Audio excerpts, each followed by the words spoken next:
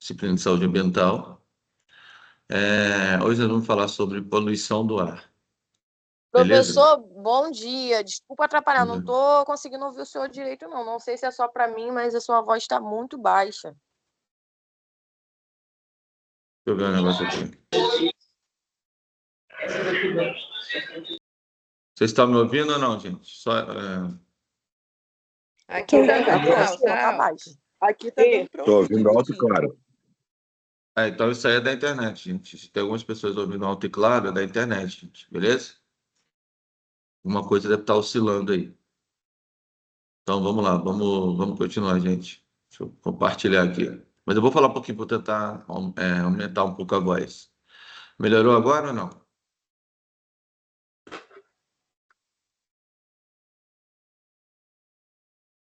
Então vamos lá, pessoal. Poluição do ar.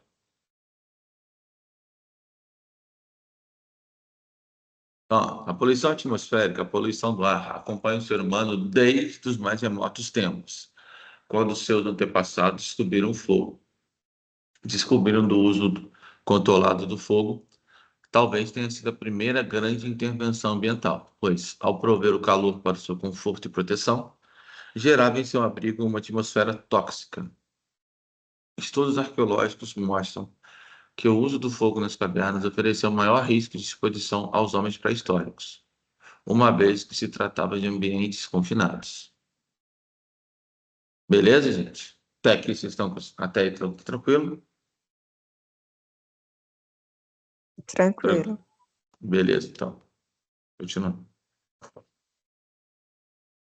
Então, a partir da minha Revolução Industrial, em meados do século XVIII. Bom dia, professor. Bom dia.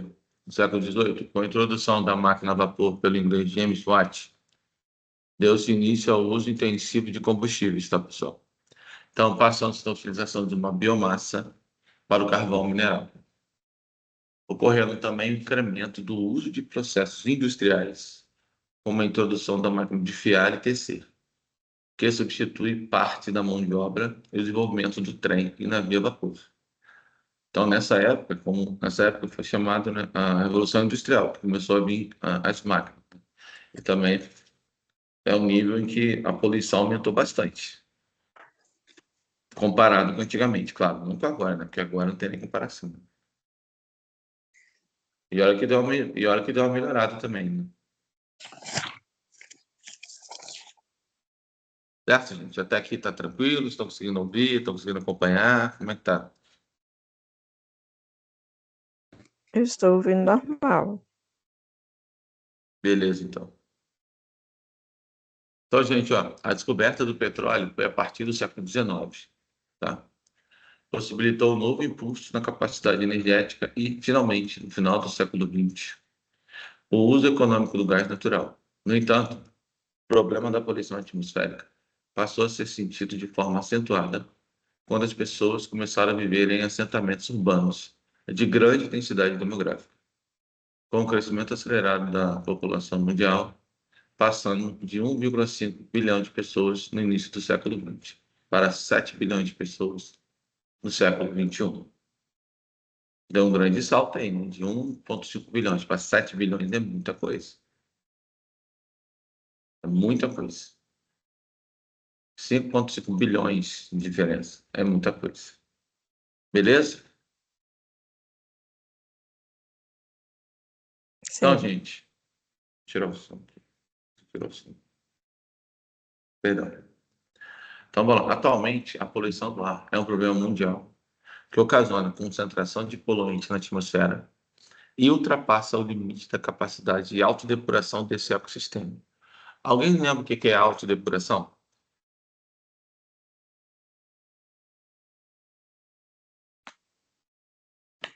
Não. Outra coisa. Alguém lembra o que é autodepuração, pessoal? A gente falou sobre isso na aula, na última aula que a gente teve. É a capacidade do ecossistema de se autorrenovar, não é isso? Ele recuperar, ok? Eu pensei Causando, isso. causando preocupação com a redução da camada de ozônio e outras mudanças climáticas. Professor, Oi, pode falar. essa chuva que está dizendo aí que vai vir uma chuva negra, ela é uma autodeploração, né? Não, olha só. O que acontece? O que acontece, né?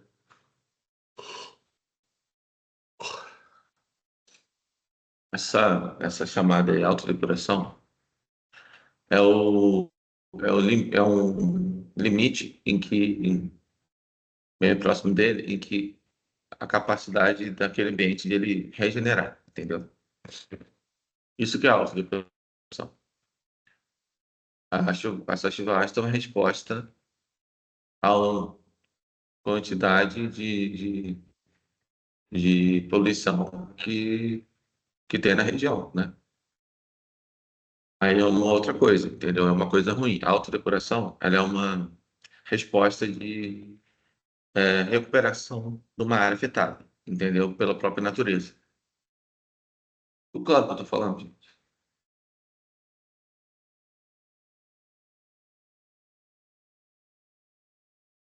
Hein, pessoal? Ficou claro o que eu tô falando? Sim. Sim. Sim, ok. O que eu quero dizer com isso? Para ficar melhor. É, uma autodepuração, por exemplo, foi a época do Covid-19, quando diminuiu muito a quantidade de carro transitando na rua. Então, com isso, houve uma certa recuperação da camada de ozônio. Faz sentido agora o que eu estou falando? Melhorou ou não?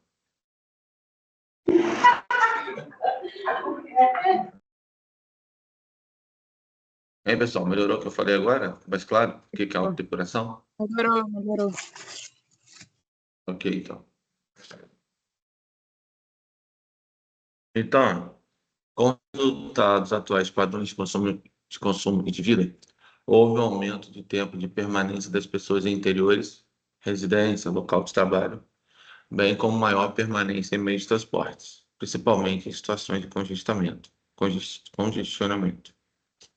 tornando importante considerar a dose de poluente respiratório nesses ambientes fechados, e não só a dose inspirada ao ar livre, né? Então, gente, houve muita mudança, né? Olha, vamos falar assim, né? Quando boa parte da população começou a migrar para as grandes cidades. É isso que está falando aqui. Concordam ou não?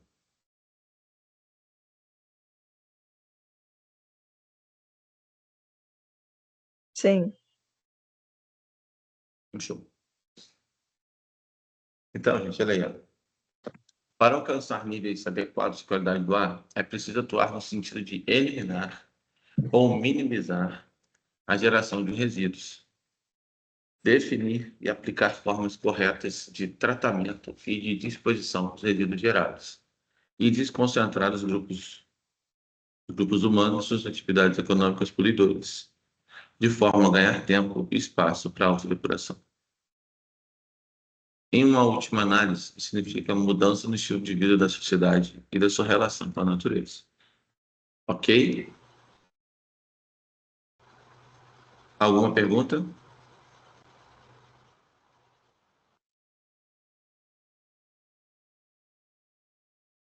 Ok, eu não. Professor. Tá. Aí agora nós vamos começar aí. Isso é importantíssimo, né? Rio 92. Reunião Internacional ocorrida em 1992 no Rio de Janeiro. Conferência das Nações Unidas sobre Meio Ambiente e Desenvolvimento. Teve como resultado a Agenda 21, que, com relação à poluição do ar, tratou principalmente de medidas para prevenir e mitigar a poluição global e poluição urbana. Esse conjunto de eventos internacionais, entre outros, indica que o século XX terminou com um importante movimento para uma nova ordem mundial, rumo ao desenvolvimento sustentável e o início de sistemas de gestão ambiental estruturados, assim como população e processos de sensibilização sobre a necessidade de ações pessoais que produzem menos resíduos. Neste novo milênio, devem ser empreendidos esforços no sentido, enfim, o desenvolvimento sustentável deixa de ser somente um conceito utópico e se torna uma realidade. Alguma pergunta em relação ao Rio 92?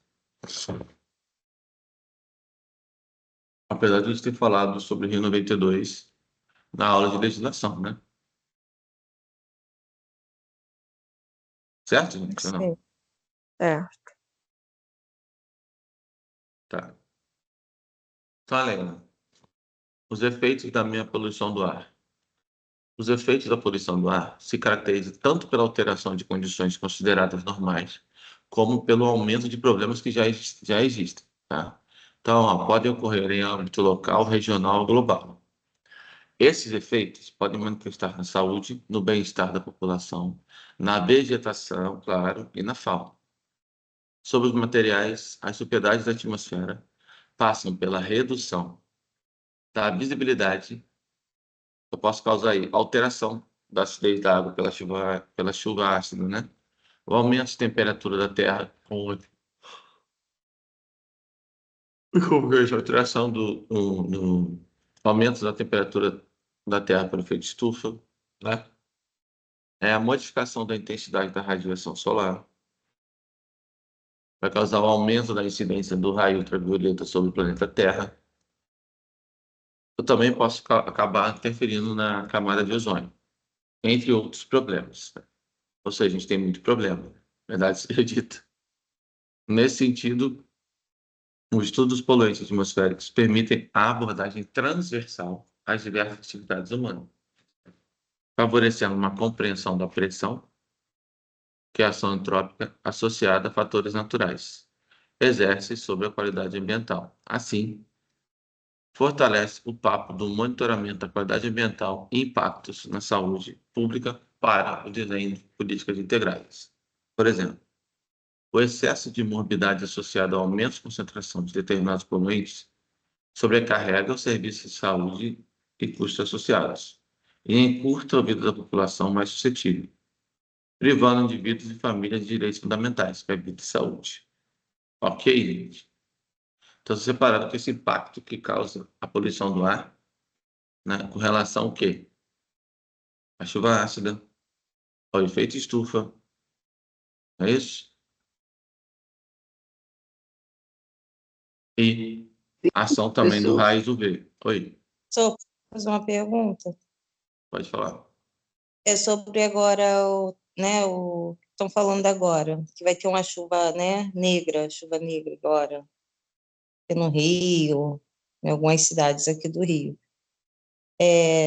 Sobre a chuva ácida, né, que ela vai vir uma chuva poluída, né, uma água suja, que não é para as pessoas ter contato com a chuva, Uhum. que está para vir com relação às queimadas. O senhor tem alguma coisa para acrescentar para a gente entender melhor essa chuva?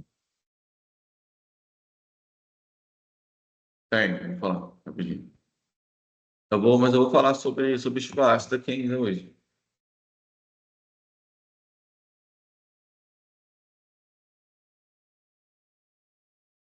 Ok? Eu vou entrar um pouco mais em detalhe, mas assim, para deixar bem claro, pessoal. É, como teve muita liberação de gás carbônico, né, nas regiões e outros gases, quando você faz queima de combustível, queima de combustível fóssil, mas as queimadas, né, isso acabou impactando também diretamente no meio ambiente. E com isso, esses gases acabam se juntando, né, ao vapor d'água que está sendo a água, vira vapor d'água que está sendo evaporada. E acaba que esses gases poluentes se unem ao vapor d'água, formando essa nuvem negra toda poluente, né?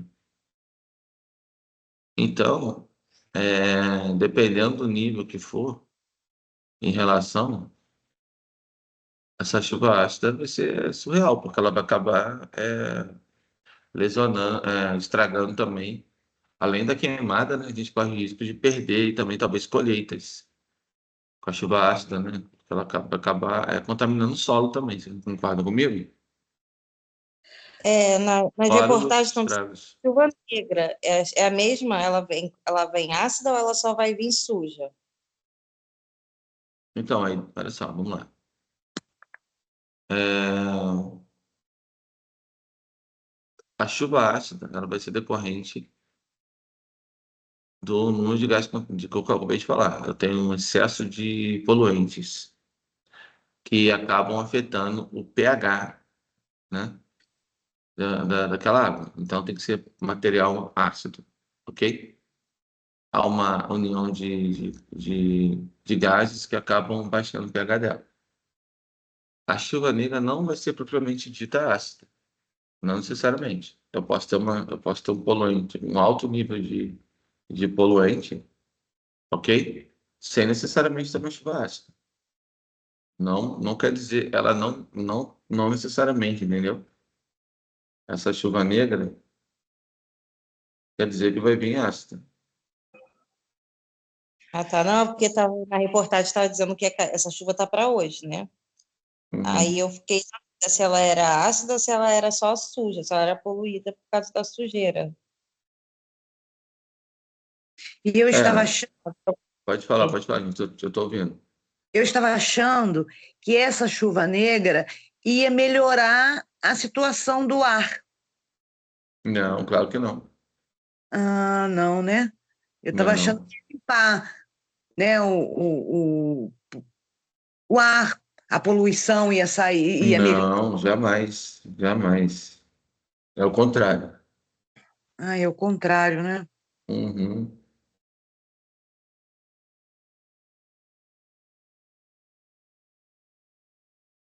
Na verdade, essa chuva vem para causar um estrago.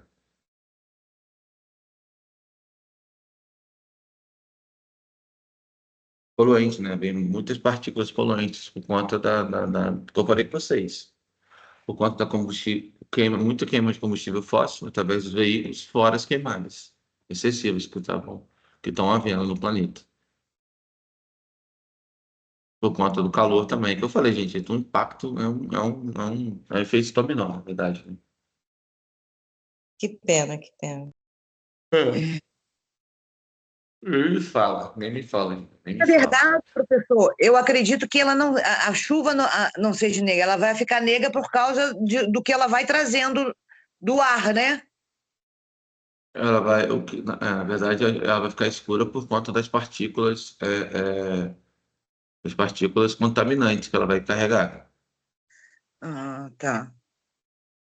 ok? Ok. Então, gente, nem toda chuva poluente quer dizer que vai ser ácida, mas já vou adiantando para vocês, coisa boa não é.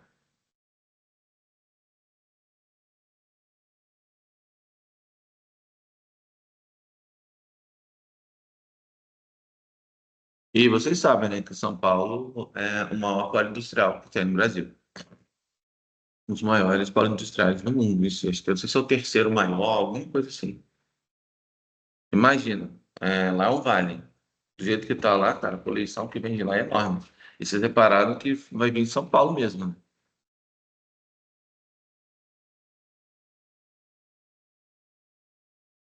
Ok? Mas eu vou falar um pouquinho sobre a chuva ácida também, gente, ainda. Hoje. Ô, professor, Oi. eu tô com um problema aqui. A minha cachorra tá passando mal. Ontem eu fui pro veterinário com ela e ela tá passando muito mal, não para de vomitar. E eu precisava sair para levar ela pro veterinário. Eu vou tomar falta? Não, vai lá, leva lá. Se eu me perder, Pede para eu tô... alguém, pede desiste. para alguém. Faz o seguinte, deixa antes de você sair, se você conseguir, deixa uma mensagem para mim lá no Aba, lá, No Ava? avisando. No Aba, aqui não, no Aba. Deixa no Aba, assim, né? Seu nome completo, Ah, primeiro período de enfermagem e bota a data de hoje, que aí eu já sei. Ok? tá bom então. Obrigada, professor. Eu vou. Que ela tá vomitando demais, tá vomitando sangue. Eu não sei o que que é. Ela é um filhote. Uhum. Vai lá, vai lá, vai lá. Tá bom, obrigada. Nada. Show, gente? Dia para vocês. Bom dia pra você Desculpa. também. Não, tranquilo. Melhoras para ela. Tá, obrigada.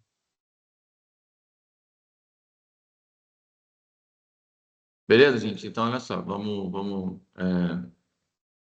Então, ó, nesse sentido, os estudos poluentes atmosféricos permitem a abordagem transversal às diversas atividades humanas, favorecendo uma compreensão da pressão que a ação antrópica associada a fatores naturais exerce sobre a qualidade do meio ambiente. Assim, fortalece o papel do monitoramento da qualidade ambiental e impactos na saúde pública para o desenho de políticas integradas. Por exemplo, o excesso de morbidade associado com a concentração de poluentes. Então, a gente tem que ficar ligado nisso aí, certo, gente? Então, olha aí. E as situações mais graves que acontecem? Eventos de graves consequências ocorridos principalmente no século XX demonstraram que a poluição do ar constitui uma ameaça de grave à saúde pública. Tais eventos, denominados episódios agudos de poluição do ar, caracterizam-se pela pequena duração, de minutos a alguns dias, e por provocar consequências graves. Muitos desses episódios ocorreram resultado de permanência de condições desfavoráveis à dispersão dos poluentes por vários dias, como inversão térmica, ausência de chuvas, ventos calmos aliados à emissão contínua de poluentes e topografia desfavorável a um vale, por exemplo. Os principais foram Vale da Mosela, na Bélgica, ocorrido em dezembro de 1930, tendo como consequência 60 mortes em um episódio com duração de 5 dias, com ocorrência de inversão térmica e ausência de ventos em região com indústrias metalúrgicas, né? Londres, Inglaterra, em dezembro de 1952, com uma duração de 5 dias, que resultou com cerca de 4.000 mortes. As principais vítimas foram os idosos. Esse incidente é um exemplo clássico que ocorreu da presença de altas concentrações de fumaça e de óxido de enxofre na atmosfera, e também em consequência da presença de condições meteorológicas favoráveis, tais como inversão térmica, calmaria e neblina. Ocorreram também outros episódios agudos em Londres, ocasionando a morte de centenas de pessoas. Em 1957, mais um episódio ocasionou a morte de 80 pessoas, em 1962. Outro episódio levou 60 pessoas a óbito. Então, gente, é muita gente morrendo, tá? Por conta de situações graves de contaminação pelo ar.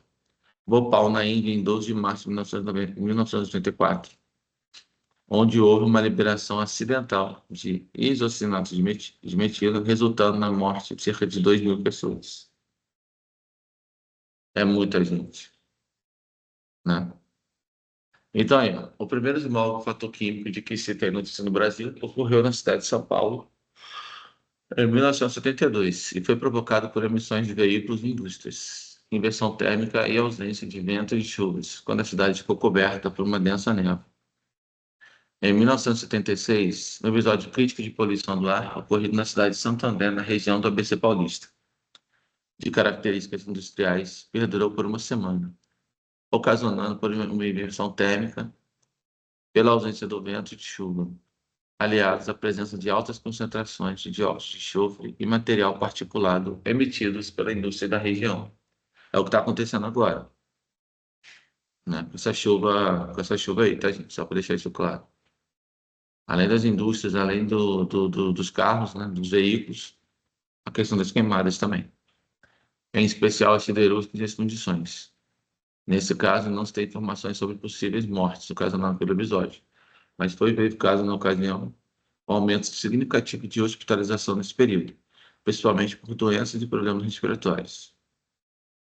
Outro exemplo importante se refere à região de Cubatão, de São Paulo, um parque industrial de grande porte, que no início da década de 1980 registrou altos níveis de poluição do ar, principalmente pelo material particulado. A situação se tornou-se demasiadamente crítica, com impactos na população e no ecossistema local, em especial na floresta pluvial da Serra do Mar, que exigiu esforços do governo, empresas e sociedade para a reversão desse problema. Então, o monitoramento de qualidade do ar realizado pela Secretaria do Meio Ambiente do Estado de São Paulo, Cubatão, indica uma queda significativa nos níveis de determinados poluentes já na década de 1980 e 1990, porém observa que ainda se apresentam acima do padrão da qualidade do ar. Isso em 2002, né? Mas hoje, vou passar um vídeo para vocês aqui rapidinho, na verdade, dois vídeos antes de a gente continuar, tá?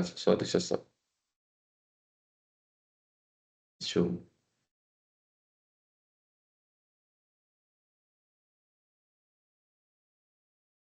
Aqui, ó. Passar um vídeo para vocês, gente.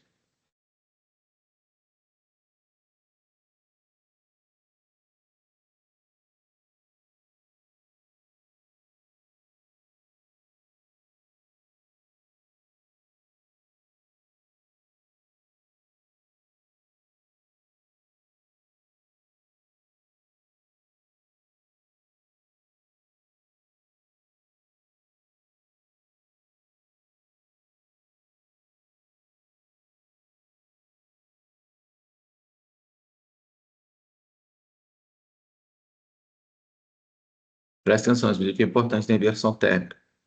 Passar 3 vídeos para vocês, vamos lá.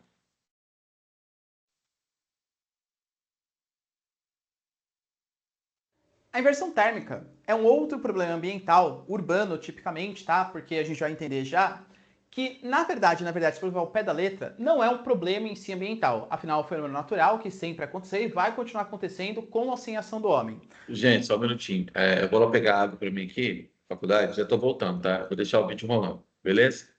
O problema é quando a inversão térmica acontece, que é uma coisa natural, em algumas condições específicas, que a gente vai ver. Vamos ler a definiçãozinha primeiro, ó. O que é inversão térmica? É um fenômeno natural, que nem eu falei para vocês, sempre acontece, que ocorre em dias frios, então preferencialmente no inverno, tá? Graças à convecção menos eficiente. Professor, o que é esse movimento de convecção? Isso aqui é uma palavrinha importante, tá? Que a gente já vai entender logo menos quando eu fizer o desenho para vocês.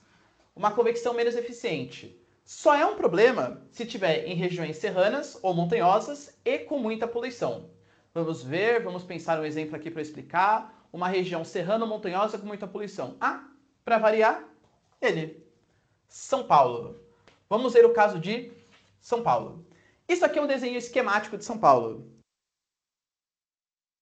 Um simples trote universitário desencadeou uma batalha nas ruas de São Paulo e mudou para sempre os rumos da educação no Brasil.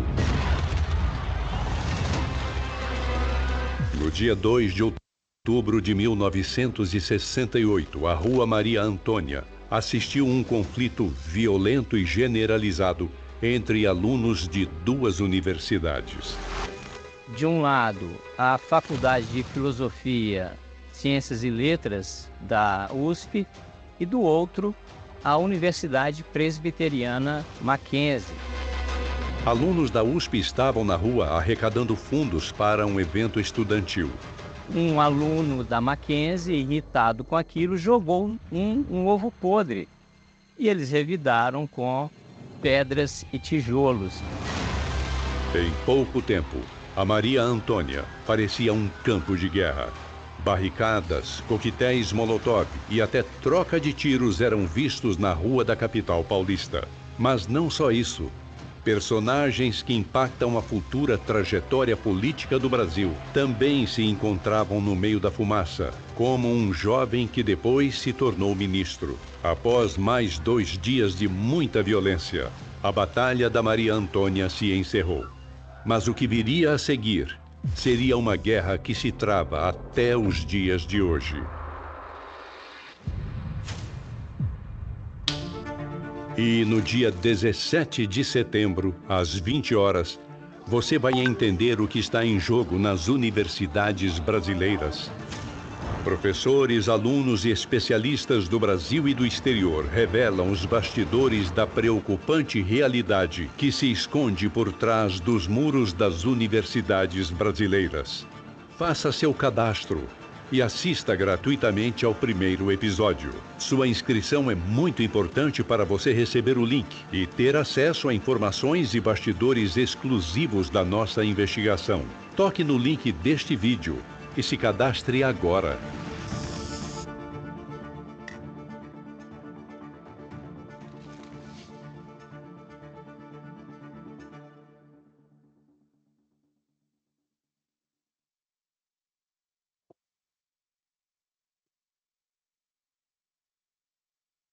Professor, jura? Juro. Aqui no meio, ó, tá a cidadezinha de São Paulo. Para quem não sabe, São Paulo literalmente é um vale, tá? São Paulo tá entre a Serra do Mar e a Serra da Mantiqueira. Tá no vale de duas regiões, de dois morros, né? Duas regiões serranas. Beleza. O que acontece? Primeiro eu vou representar para vocês uma situação normal, até para vocês entenderem o que é o movimento de convecção, e na próxima lousa eu represento o que seria a inversão térmica e quais são os grandes problemas. Normalmente, vamos lá. São Paulo é uma cidadezinha que libera bastante poluição, sempre libera. Quanto mais próximo da superfície, ou seja, quanto menor a altitude, maiores as temperaturas. Então, o ar próximo aqui de São Paulo é um ar bastante quente. Professor, sério? Quanto menor a altitude, maior a temperatura? Claro. Compara, por exemplo, a temperatura em Santos com a temperatura no Himalaia. No Himalaia, como a altitude é muito mais elevada, as temperaturas são menores. Santos, como a altitude é muito mais baixa, as temperaturas são maiores. Então, se a gente pegar rente à superfície em São Paulo, a gente vai ter um ar Q, esse Q de quente, tá? Um ar bastante quente. E quanto mais a gente sobe, a gente vai encontrando uma camadinha de ar frio. E é natural, isso acontece em todos os lugares. O ar quente próximo da superfície, quanto mais a gente sobe, mais frio vai ficando aquele ar. Beleza. Só que isso não é uma situação normal. Por quê? Porque o ar frio, ele é o ar mais denso, ele é o ar mais pesadão. Então a tendência desse ar frio vai ser descer e a tendência desse ar quente vai ser subir. Esse movimento que sempre acontece, principalmente em dias quentes. Tá vendo que a gente desenhou um solzinho esquemático aqui, ó? Esse solzinho é justamente o motor dessa convecção. Por quê? Esse ar frio, ele vai descer, vai ficar próximo da superfície. Vai receber os raios solares, vai esquentar e vai subir. Esse ar quente subiu, ele vai diminuir a sua concentração, vai esfriar e vai descer. O ar esquenta, sobe, esfria, desce, esquenta, sobe, esfria, desce, esquenta, sobe, esfria, desce. Esse movimento que vai acontecendo na atmosfera é um movimento que a gente chama de movimento de convecção.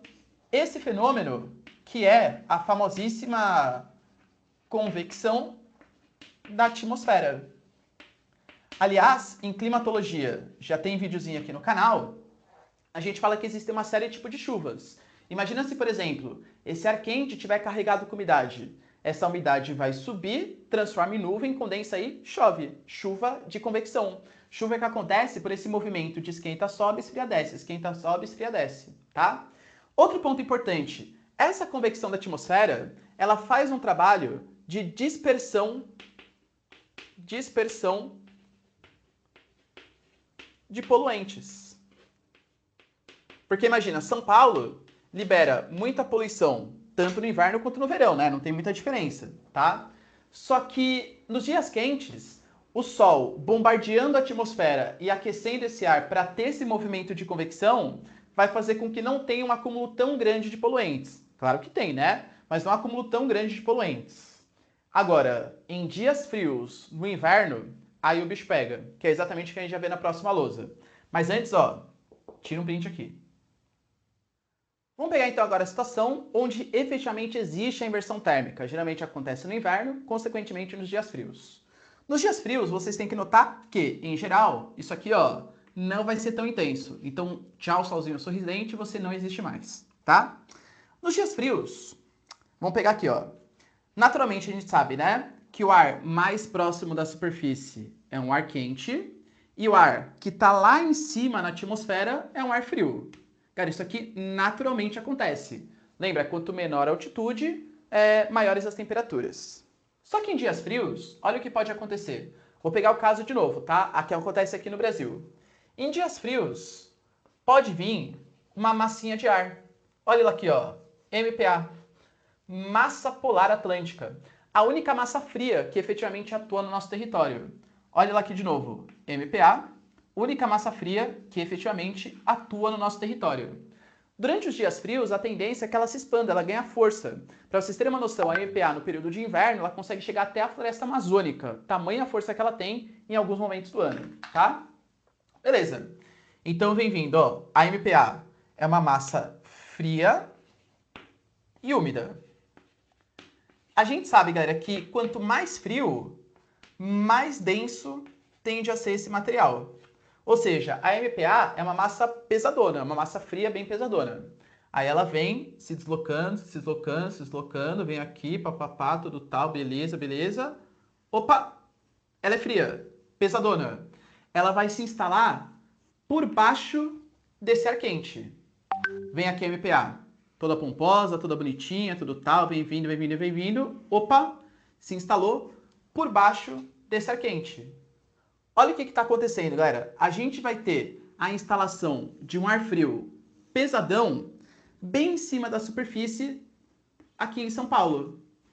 Se a gente continuar em cima desse ar frio, vai ter o ar quente que anteriormente estava acima da superfície e continuando lá para cima, vai continuar com aquele ar frio, aquele ar geladão. Beleza? Professor, beleza, isso aconteceu. Como que a gente poderia fazer esse ar frio aprisionado aqui sair dessa região? Se tivesse sol, por exemplo. Porque se tivesse sol, o que ia acontecer? A gente ia ter os raios solares esquentando esse ar frio se tornaria um ar quente e beleza, continuaria tendo movimento de convecção. Mas lembra que eu falei para vocês? É um dia frio. Num dia frio, não há ou há muito pouca convecção. Então, ó, pode colocar aí que não há. Eu vou colocar no há, colocar entre aspas, tá? Porque às vezes pode ter um pouquinho. Convecção da atmosfera. Então a inversão térmica, ela nada mais é do que esse ar frio aprisionado aqui. Esse ar frio fica parado. Hoje o meu chefe vai ficar bolado. Vamos ver a reação dele. É o seguinte, todo dia que eu chego no trabalho, ele já chega no... Ar frio parado. Meu Deus, professor, que grande problema. Qual o problema disso? Nenhum, galera. Só é problema, por isso que eu falei, a inversão térmica em si, qual vai ser a consequência dela? Vai ficar frio. Grande, tem gente que até prefere ficar frio, tá? Agora, o problema é quando essa inversão térmica, quando não há convecção, essa inversão térmica acontece em locais cercados por serras e montanhas e que liberam bastante poluição. Porque lembra, São Paulo no período de verão libera poluição? Claro que libera sempre. Mas como tem a convecção funciona como se fosse uma espécie de dispersor de poluentes. Não tem convecção. Se não tem convecção, não há, ou muito pouco, dispersa poucos poluentes. A convecção não está acontecendo. Então a gente vai ter um ar frio parado e que, aliás, vai tendo um acúmulo de um monte de poluentes. Esse é o grande problema. Aqui vai ficar um ar extremamente poluído. Para piorar ainda mais a situação, como está cercado por serras e montanhas? Esse ar está parado porque ele não consegue se movimentar na horizontal, porque está cercado por serras e montanhas, e não consegue se movimentar na vertical, porque não tem a convecção do ar, já que é um dia frio. Esse ar frio fica paradão, dispersa poucos poluentes. Se você pegar a qualidade do ar das grandes cidades que existem no mundo, né, que sofrem com a inversão térmica no período de inverno, ela é ridiculamente ruim. Por quê? Porque o ar fica parado, ele fica aprisionado, ele só fica concentrando poluentes. Toda cidade que libera bastante poluente cercado por serras e montanhas vai ter esse problema da inversão térmica. Perceba então que a inversão térmica em si não é o problema. O problema é uma região que libera bastante poluição. E aí quando a inversão térmica, esse ar fica parado, ele fica acumulando uma série de poluentes. Olha que interessante. Quais são as cidades do mundo que sofrem com isso? São Paulo é o grande exemplo dos vestibulares aqui de São Paulo. Mas a gente pode pegar também, no mundo, a Cidade do México. A Cidade do México ela é ainda mais poluída do que São Paulo. A Cidade do México sofre um gravíssimo problema relacionado à poluição. Até porque, na Cidade do México, não é que eles têm duas serrinhas. Eles têm dois dobramentos modernos. A Serra Madre Oriental e a Serra Madre Ocidental. Isso sim é um grande problema. Santiago sofre bastante com a inversão térmica também. Todas as grandes cidades que liberam poluição cercado por serras e montanhas, tá? Qualidade do ar péssima. Quem mora nessas cidades no período de inverno sofre muito, né? Com rinite, dentre outros problemas respiratórios. Tudo bem, galera? Deu para entender a inversão térmica? Em si não é um problema, só é um problema quando está cercado por serras e montanhas e cidades que liberam bastante poluição. Beleza? Tira um print aqui, ó.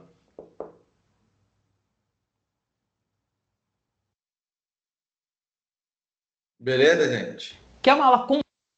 Beleza, pessoal? E aí, o que vocês acharam da inversão térmica? Sim. Professor, volta lá para me tirar o Inversão print térmica. rapidinho. No final, É só na parte que ele manda tirar o print. Montanhas e cidades que liberam bastante poluição. Beleza? Tira um print aqui, ó. Foi, obrigado. né? Quer uma aula Beleza? Beleza, pessoal. Isso é interessante, né? Que não é um Professor, aula em si. perdão, tem como voltar inversão porque eu não térmica. consegui tirar? A inversão Só um térmica. minutinho. Deu para entender a inversão térmica? Em si não é um problema, só é um problema quando está cercado por serras e montanhas e cidades que liberam bastante poluição. Beleza? Tira um print aqui, ó. Consegui, obrigada. Nada. Show? A inversão térmica. Vamos lá, gente. Deixa eu continuar aqui. Tem mais videozinhos aqui que eu vou passar agora.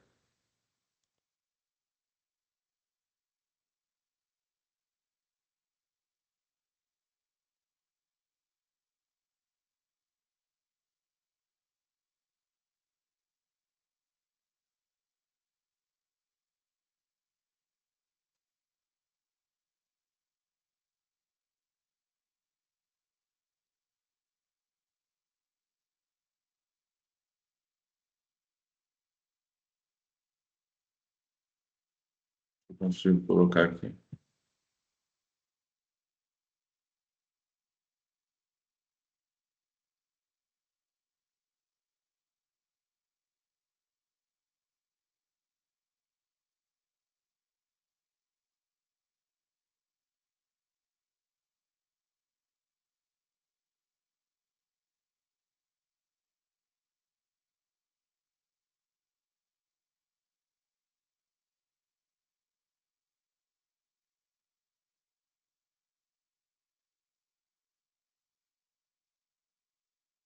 Vamos lá.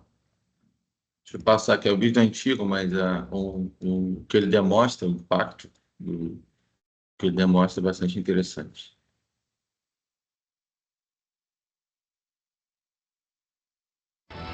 Como a cidade mais poluída do mundo conseguiu se livrar desse título incômodo?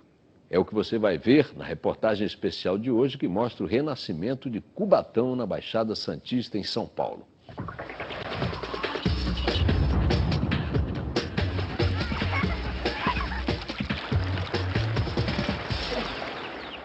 Meu celular, deixei com você?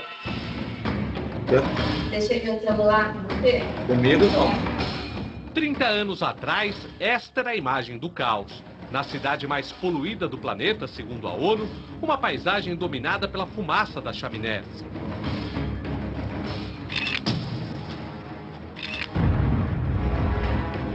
O céu era cinza.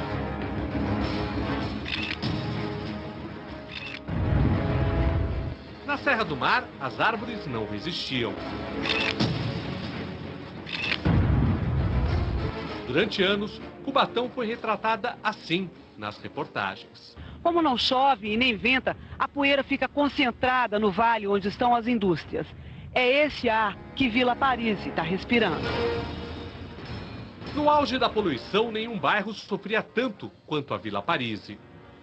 Pedro morava na comunidade encravada no polo industrial.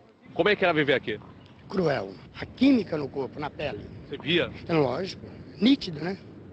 Isso tanto faz na pele, num carro que você estava, o que você deixasse do lado de fora, no telhado da casa. Até hoje eu sinto algo diferente no corpo, no cansaço, no dia a dia. O principal inimigo era o material particulado, a poeira expelida sem tratamento pelas indústrias. Refinarias siderúrgicas, fábricas de fertilizantes. No total, 23 grandes empresas lançavam todo mês 30 mil toneladas de poluentes na atmosfera. Caía chuva de ácido na gente, a gente sentia o ácido arder. Na Vila Paris, muitos dos 4 mil habitantes sofriam graves doenças respiratórias. Só no ano de 1984, o bairro entrou 16 vezes em estado de alerta e uma vez em estado de emergência. Cubatão passou a ser conhecida internacionalmente como cidade símbolo da poluição. A pressão por mudanças vinha do exterior e também dos moradores de Vila Paris, que, em plena ditadura militar, criaram uma associação de vítimas da poluição, uma das primeiras ONGs do país ligadas à preservação do meio ambiente.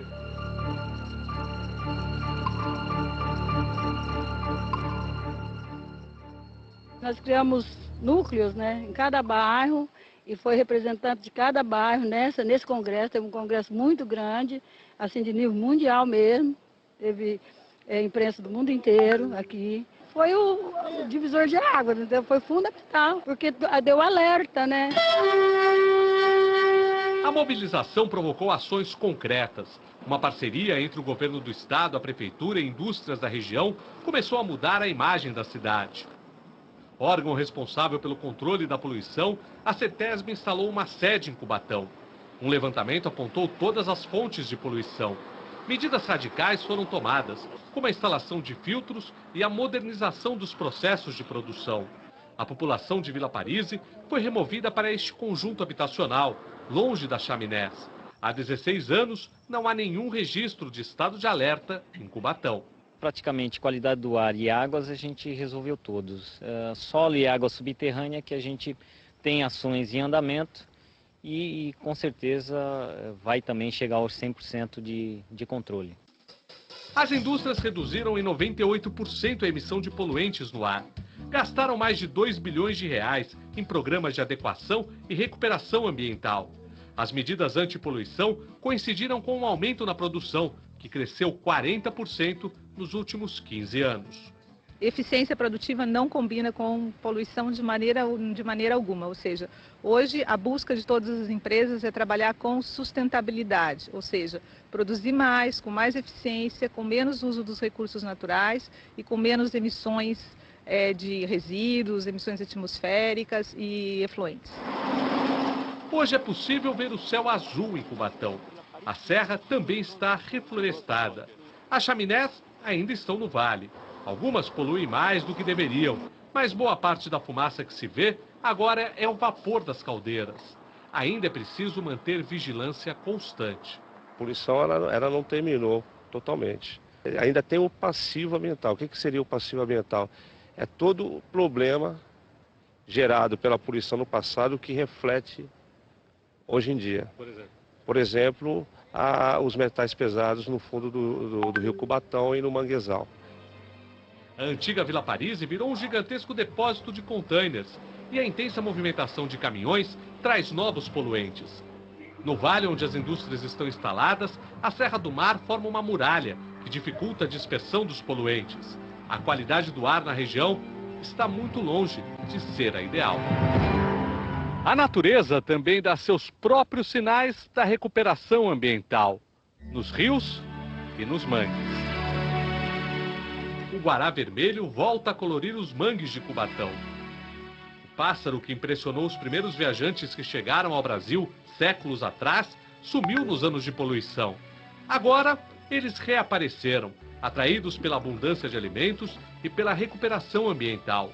O guará vermelho virou símbolo da cidade, como prova de que mesmo os casos mais graves de agressão ao meio ambiente têm solução.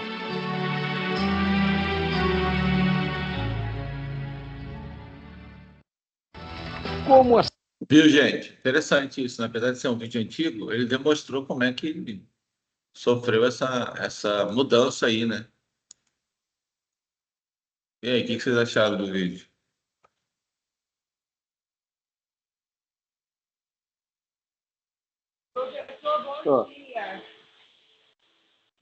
Oi, pode falar.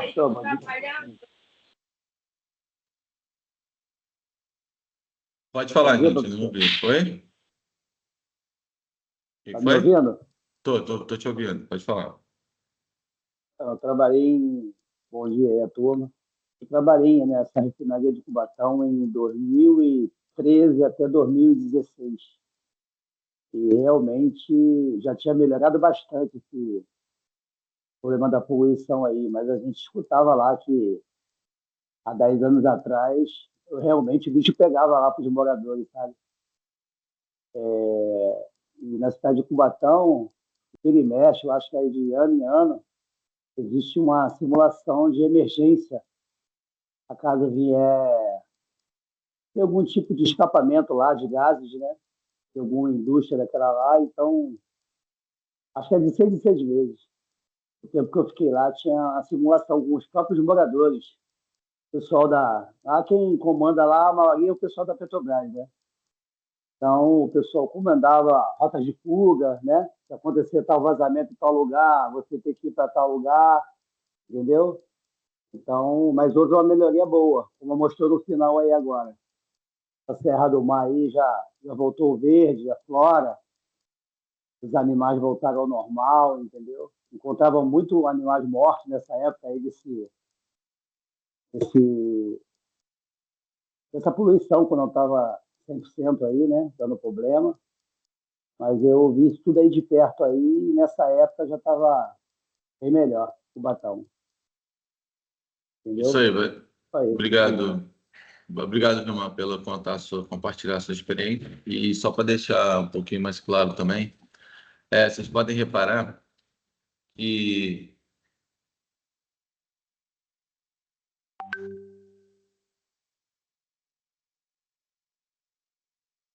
vocês podem deixar claro também o seguinte.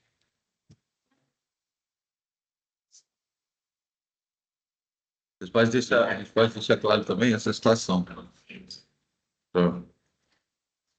do, dessa, dessa mudança, né? Essa melhoria que teve por conta do tratamento, né? Diminuição de emissão de gases, todo o cuidado que eles tiveram com o Batão. Ou seja, saíram de uma cidade que era considerada mais poluída do mundo, praticamente, ou uma das mais, para poder melhorar cada vez mais. Né? Conseguindo trazer a autodepuração. É o que a gente falou da autodepuração. Lembra que a gente falou da autodepuração? Então, isso é uma autodepuração. Ok? Maurício, estava com a mão levantada, quer falar alguma coisa? Que estava falando sobre Cubatão, né? Eu vivi lá, eu morei em Cubatão há algum tempo, minha irmã nasceu lá. Nasceu na época da poluição mesmo, quando estava brabo lá. E as crianças já nasciam tudo com problema respiratório. Naquela época, eles, né, os médicos diziam que as crianças iam ter problema mental em relação à poluição, que era muito grande, né? E meus pais morou ali perto da vila onde pegou fogo, o caso do vazamento de óleo. Uhum. Então, eles presenciaram a morte daquelas pessoas todinha, porque o que separava aonde meus pais moravam para onde aquelas pessoas morreram, tudo queimado, que as casas eram de madeira ali em cima daquela, não sei se era uma lagoa, um rio, onde teve o vazamento, ali elas morreram tudo queimado. Então, quem morava do outro lado do rio viu aquelas pessoas tudo morrerem.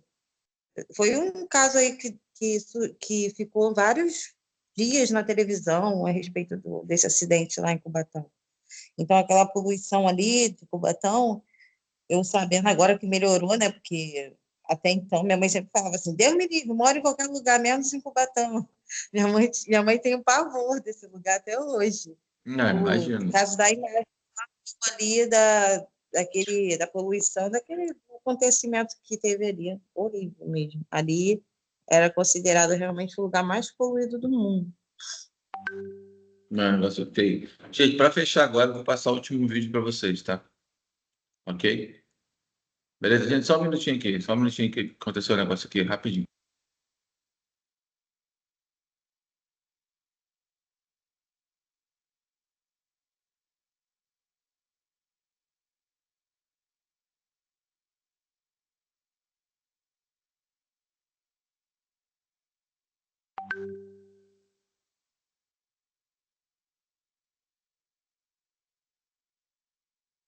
Perdão, gente, só um minutinho, tá? Me dá só um minutinho que eu já volto. Tem que resolver rapidinho. Só para avisar para acalmar minha esposa ali, que o negócio se resolveu, tá? Só um minutinho.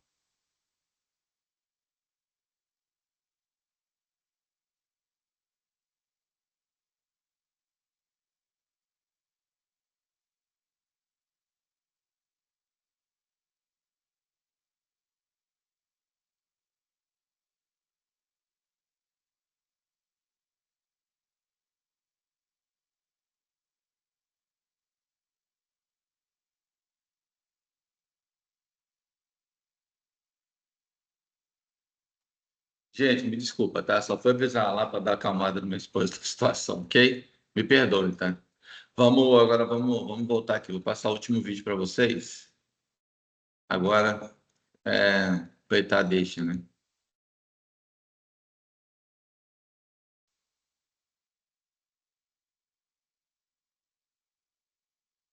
O Brasil precisa da indústria. De uma indústria forte, inovadora, capaz de gerar muito. Os incêndios.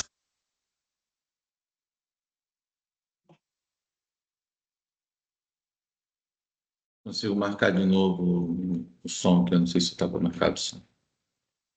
Agora foi. Os incêndios florestais também atingem os vizinhos do nosso país. Regiões da Argentina, da Bolívia, Peru, Uruguai e Paraguai são impactados com fogo e principalmente pela fumaça. Nossa correspondente Luciana Tadeu, ela traz um levantamento para a gente. Luciana, boa noite, direto de Buenos Aires. Oi, Márcio, boa noite para você, para todos que nos acompanham. Olha, no Peru, os incêndios afetam praticamente todas as regiões do país e já há registro de 6 mortes por causa dos incêndios, aproximadamente 60 feridos também por causa das chamas e, no total, quase 6.000 hectares foram afetadas no país. Na Bolívia, a fumaça provocada pelos incêndios provocou o fechamento de escolas até a suspensão de voos. No último fim de semana, o governo decretou emergência sanitária, recomendou que a população evite atividades ao ar livre, justamente para evitar a exposição da população a esses índices elevados de contaminação. De fato, na Bolívia, estão bombardeando as nuvens com iodeto de prata para provocar a precipitação, para tentar acelerar aí que essas chamas sejam apagadas. Na segunda-feira, o governo vai começar a transportar gratuitamente veterinários e biólogos de avião, justamente para ajudar animais afetados pelos incêndios. E a Bolívia está contando com a ajuda de homens e equipamentos da Venezuela, do Uruguai, do Peru e inclusive do Brasil, que está atuando aí na fronteira para combater as chamas e inclusive impedir que as chamas se propaguem para o lado brasileiro da fronteira, Mato Grosso e Mato Grosso do Sul. No Paraguai, Márcio, mais de 300 mil hectares já foram afetados ou destruídos e o governo anunciou que também está recebendo um helicóptero, na verdade um avião Hércules do Uruguai, para ajudar aí no combate às chamas. Inclusive chegaram a pedir ajuda para o Brasil, mas o comandante da Força Aérea do Paraguai disse que todas as aeronaves hidrantes do Brasil estão ocupadas no combate às chamas dentro do próprio Brasil. A gente separou um trecho em que ele fala desse pedido de cooperação para o Brasil. Vamos escutar. La situación en Sudamérica es que todos los países casi están con incendios. Brasil está incendiándose, tremendo zonas de fuego tienen, que están combatiendo con sus aeronaves. Nosotros conversamos con el Brasil para que nos envíen su avión hidrante y no pueden enviar porque está 24 horas empleado en la zona de incendio. Perú, Ecuador, Bolivia están con incendios forestales mucho mayor al fuego que nosotros estamos teniendo. Y de acuerdo a la disponibilidad, los países miembros están apoyando. Vamos começar, claro, tratando das queimadas que assolam não só o Brasil. E aí, gente? O negócio tá feio, né?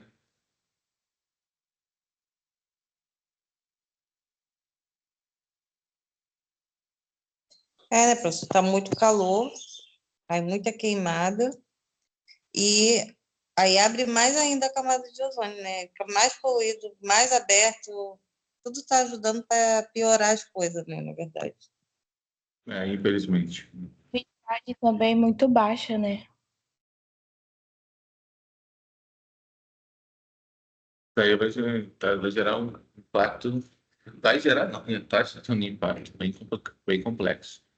No sentido ruim, né? Então, ok, gente, vamos voltar para nossos slides aqui, então. Então, vamos lá, ó. Agravos à saúde. Ó. De forma geral, os agravos à saúde podem ir desde desconforto até a morte, passando pelo aumento de taxa de morbidades e doenças, aumento da procura do sistema de saúde, centros de saúde, hospitais, pronto-socorros, Maior número de absenteísmo no trabalho, irritação nos olhos e das vias respiratórias, redução da capacidade pulmonar, diminuição do desempenho físico, redução da capacidade da atenção, dor de cabeça, alterações motoras, alterações enzimáticas, doenças do aparelho respiratório como asma, bronquite, enfisema, endema pulmonar, pneumonioses, danos ao sistema nervoso central, efeitos teratogênicos, alterações genéticas e câncer. A associação com a mortalidade intrauterina também, né? Então, os efeitos do material particulado, gente, na saúde depende do tamanho da partícula e de sua concentração, que pode variar durante o dia, conforme as flutuações nas concentrações de diâmetros diferentes, principalmente aquelas de menores diâmetros. Resumindo, pessoal, quanto menor a partícula, pior é, tá? Inclui efeitos agudos com aumento da mortalidade diária e aumento nos atendimentos do centro de serviço de saúde. É isso que está o problema aí com essa chuva aí que vai vir com essas, que foi adquirido com essas partículas também, tá? Então, os efeitos a longo prazo também incluem aumento da mortalidade e morbidade respiratória, mas ainda há poucos estudos sobre o efeito material particulado para esses casos, tá? Então, estudos nacionais de morbidade têm mostrado as doenças respiratórias com uma participação importante no conjunto de manifestações apresentadas.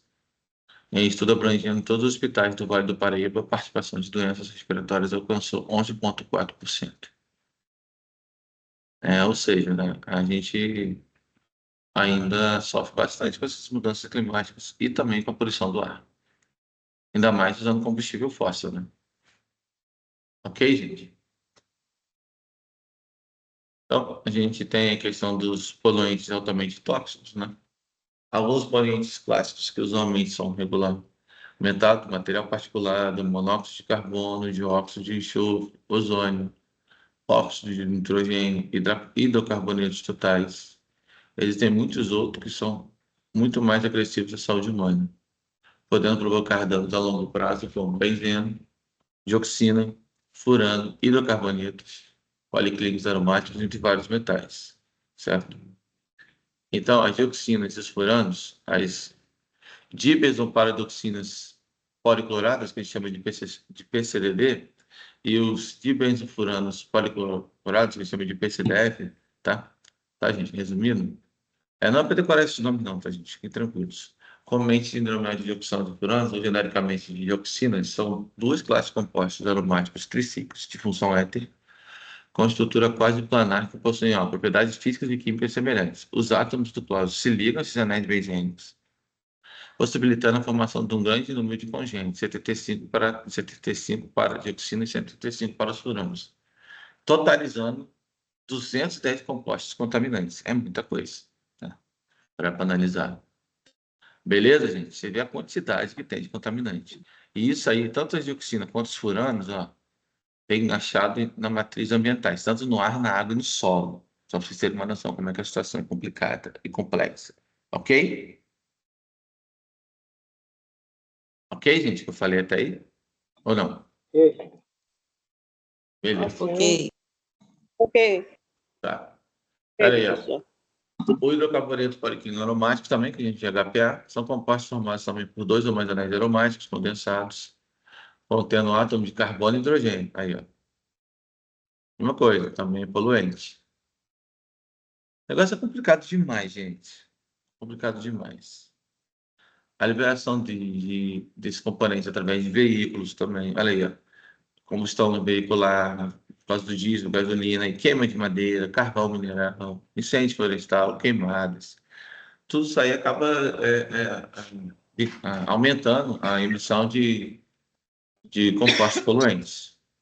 Certo?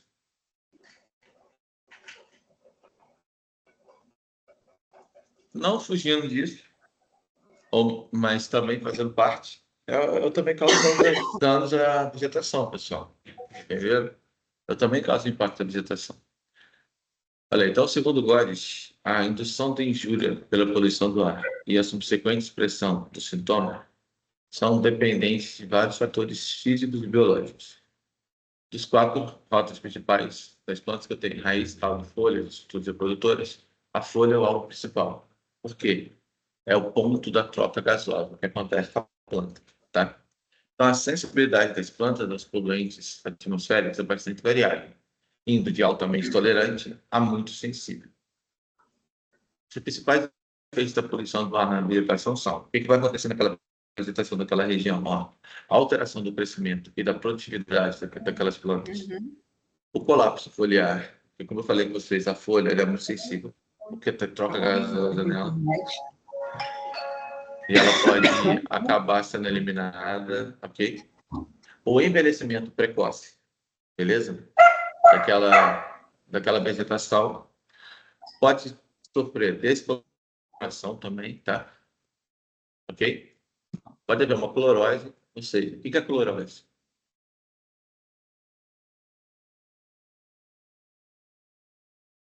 O que é clorose?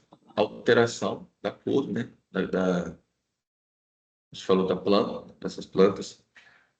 Necrose no tecido foliar também. Isso aí é o dano que pode causar lesão naquela vegetação, daquela região. Ok? Então, isso vai reduzir, né? Essa ação, esse dano na vegetação, né?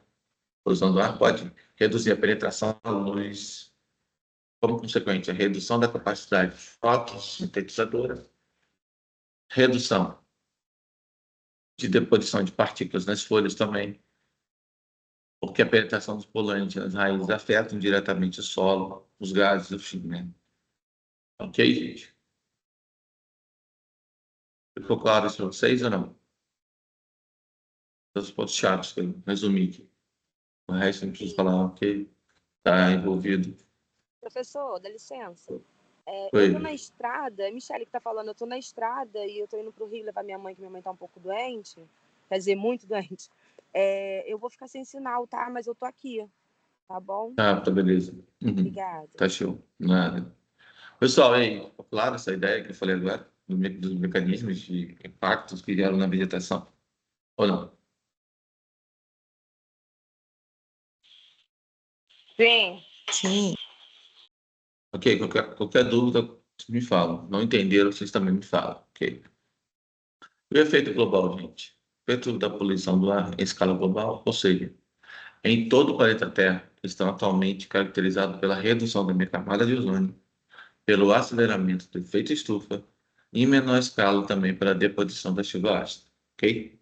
Então, a grande emissão de poluentes à atmosfera que caracteriza o estilo de vida da sociedade moderna e desenvolvida e faz prever a possibilidade de ocorrência de outros efeitos globais, tendo em vista o aumento da concentração de poluentes na atmosfera vem ocorrendo em relação ao universo de poluentes. Pra vocês verem, gente, já se passaram 24 anos desde esse texto foi tirado de um artigo e continua acontecendo a mesma coisa. Quanto a gente vai mudar? Quanto que a gente vai perceber que a gente está fazendo no planeta Terra, né? Certo? Beleza, gente? Alguma pergunta? Ou algum complemento? Bom dia, professor. Bom dia. Eu estou conseguindo entender, mas não é referente à pergunta, não, tá? Não entendi o que você falou. Repete para mim, por gentileza. Eu estou trabalhando hoje, eu estou com o telefone na mão e trabalhando, só que por 2 vezes a aula saiu e apareceu que alguém me tirou da sala. Então, eu já dei o link de presença aí no chat. Eu estou aqui, ó, tá vendo aqui, ó, estou trabalhando. Tá. Só que aí estão derrubando, eu não sei o porquê, mas estão derrubando. Eu já desloguei 2 vezes e aparece que alguém desligou a sala. Então, se desligar de novo, eu não vou voltar, porque não tem criança aqui, pelo amor de Deus. O pessoal está deslogando as pessoas de sacanagem? Também já Entendi. fez isso comigo 2 vezes. Entendi. Comigo também. Eu vou tomar uma medida drástica em relação a isso. Não tem problema, a gente toma. Isso aí, descobrindo quem é a pessoa que está fazendo isso, a pessoa pode perder a bolsa, pode perder tem possibilidade de perder a bolsa, tá? E acabar sendo desligado da universidade. Ou as pessoas, não sei se é uma, se é outras, enfim. Alguém Mas que não tem não tem o que problema, fazer. não. Não tem o que fazer, né?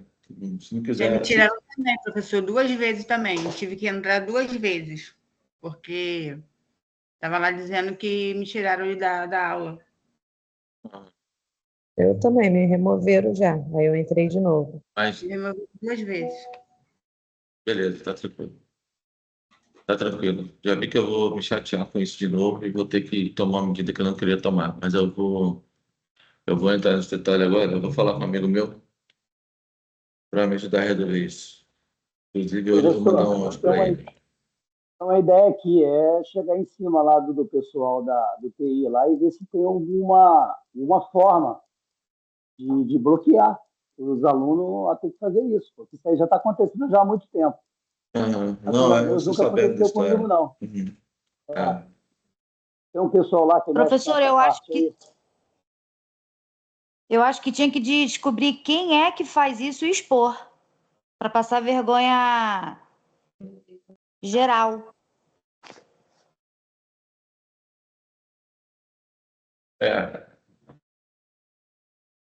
Eu falei com você, né? O problema é que porque as pessoas estão fazendo isso constantemente mas a gente não sabe como é que está surgindo. Se é também uma pessoa que consegue acessar, ou se é uma pessoa meio que de fora fazendo isso. Mas nada que a gente não resolva. Isso aí é para resolver agora. Vou falar com o meu amigo Como de é que novo. consegue derrubar? Como é que é isso? Tá melhor nem aprender, colega. Melhor nem aprender. Isso quieto. Isso aí dá problema, tá? Isso aí é problema sério. Isso aí é um problema sério. Fiquem tranquilo que daqui a pouco, em breve, eu já vou botar a boca no trombone para resolver isso, Jess. Vou mandar mensagem para o amigo meu hoje, falar com o pessoal do TI lá também. Tem gente de trabalho, tem gente de rastrear também. Eu vou pedir para ele mais detalhes. Aí eu vou fazer isso aqui. Ou seja, da próxima vez que a gente roubar, vai aparecer para mim quem é. Aí eu já exponho, já printo a tela, qualquer coisa, se tiver um nome. Já printo, já mando e já resolve isso. Já encaminho já para quem deve encaminhar. Aí o resto, outras pessoas resolvem. Mas provavelmente, talvez perca até a bolsa. Talvez seja até expulso da universidade. Enfim, não tem problema.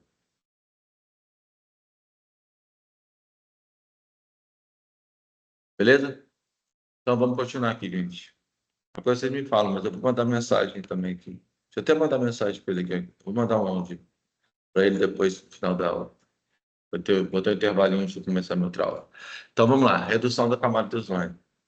O ozônio se distribui diferentemente nas várias camadas da atmosfera, sendo maior sua concentração na estratosfera, entre 20 a 30 km de altitude. Na troposfera, o ozônio causa preocupação em relação aos seus efeitos na saúde e à vegetação. Mas na estratosfera, pessoal, que é a camada onde a gente vive, né? Perdão, a gente vive na troposfera, perdão, gente. Na estratosfera, que é um pouco acima da troposfera, na camada que a gente vive, né? Troposfera onde a gente vive, a estratosfera ela é um filtro para radiação ultravioleta, tá? Especialmente para o UVB, tá? Então, o que acontece? A redução da camada de ozônio lá na região da estratosfera vem sendo um tema intenso de pesquisa. Foi observado sua concentração tem diminuído. Isso desde 1995. Só para deixar um relato aqui importante, como eu tinha comentado, na época que parou, né, deu uma diminuída, retornou a camada de ozônio, foi na época da pandemia. Vocês sabem disso, né? Foi o que a gente tinha comentado. Certo, gente? Ou não?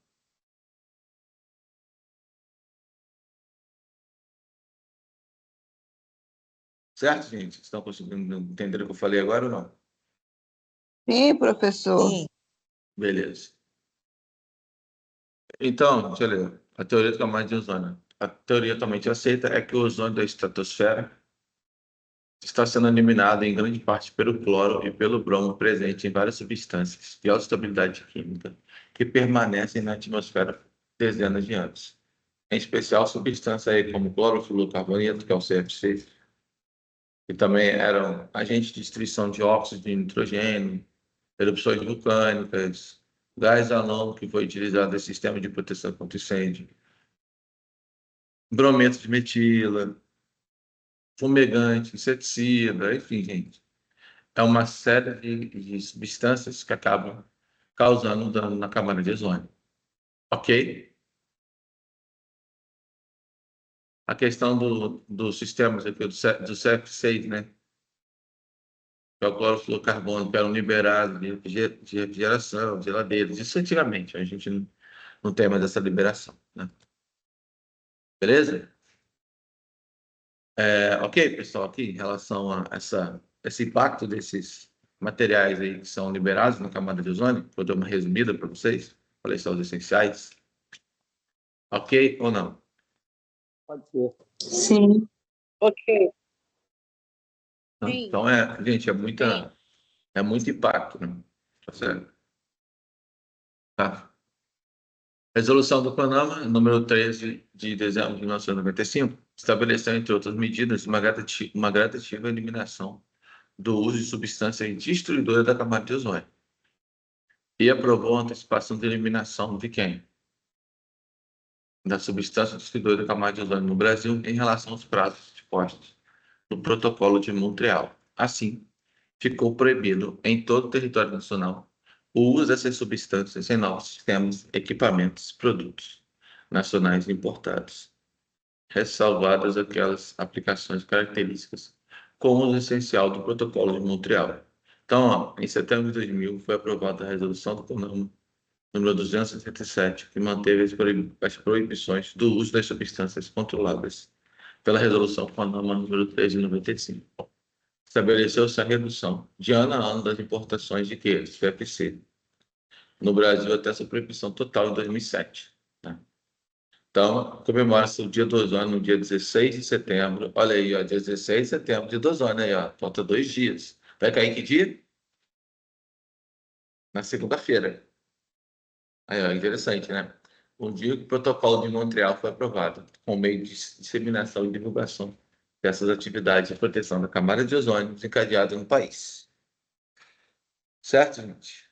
Então, ó, o ozônio da estratosfera é bom, é um filtro natural para radiações ultravioletas do Sol, protegendo a Terra, portanto, de níveis indesejáveis desse tipo de radiação.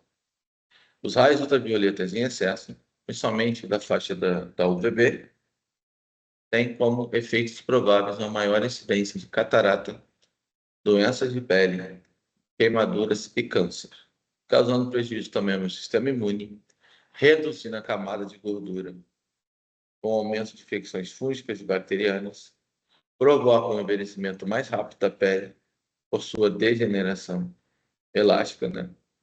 Trazem efeitos negativos na vegetação, como prejuízo da agricultura, redução da fotossíntese do fitoplâncton, por consequência, redução do crescimento e aumento da concentração de gás carbônico na atmosfera. Olha aí, ó. Até agora, para mim, não teve nada de bom, né? Beleza, gente? Alguém quer falar alguma coisa? Quer acrescentar algo? Fala para mim. Eu tive a oportunidade de tratar de uma paciente com câncer de pele. E eu fiquei muito triste, porque a paciente ela ficava aí entre idas e vindas, né, do hospital, porque o corpo dela não tinha estabilidade aqui fora, no ambiente da casa dela, no caso, né? Vira e mexe, ela precisava voltar para tomar os antibióticos, coisa, era muito triste, porque era muito nova. O apelido dela até Sol, né? O mesmo apelido que o meu. E ela ficou muitos anos no hospital, muitos anos lá, devido a isso, né? Esse excesso de radiação. Então, pessoal, vocês tomem muito cuidado, né? Vocês que trabalham na área de saúde sempre falam, pessoal, da importância do uso do protetor solar. de evitar sair em horários que, por exemplo, do sol de meio-dia da vida aí, em que está muito alto o pico, né? Ou até umas. Até, sair só depois, a partir das 3 horas, como, né? Ou você sai de manhã, possível, né? De manhã cedo. Esse intervalo aí de meio-dia até umas 3 horas da tarde é bom dar uma evitada, se possível, claro. Se não, protetor solar. Ok, gente?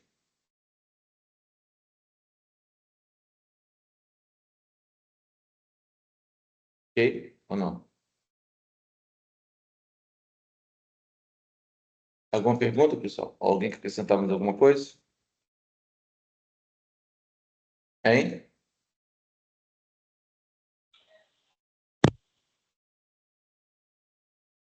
Então, eu vou continuar, tá? Efeito estufa. As mudanças climáticas são... Angélica tá com a mão levantada.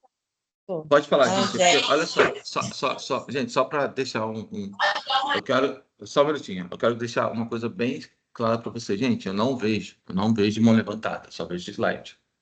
Se vocês levantarem a mão, para mim não tem como ver, tá? Então, pode falar, me interromper, claro, para poder acrescentar algo, mas pode falar. Vai lá. Ah, tá. Não sabia não, professor. Bom dia. Deixa eu te fazer uma pergunta.